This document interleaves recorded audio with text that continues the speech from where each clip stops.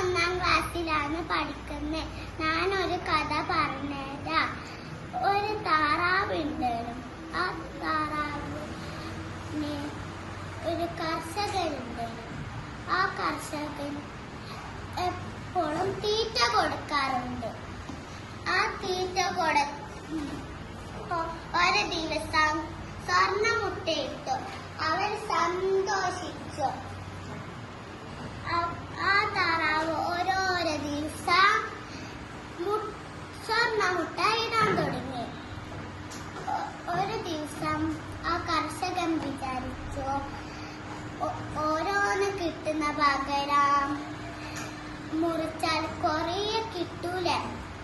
ഒരു ദിവസം മുറിച്ചു.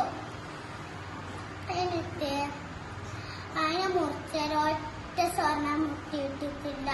അവർ സങ്കടം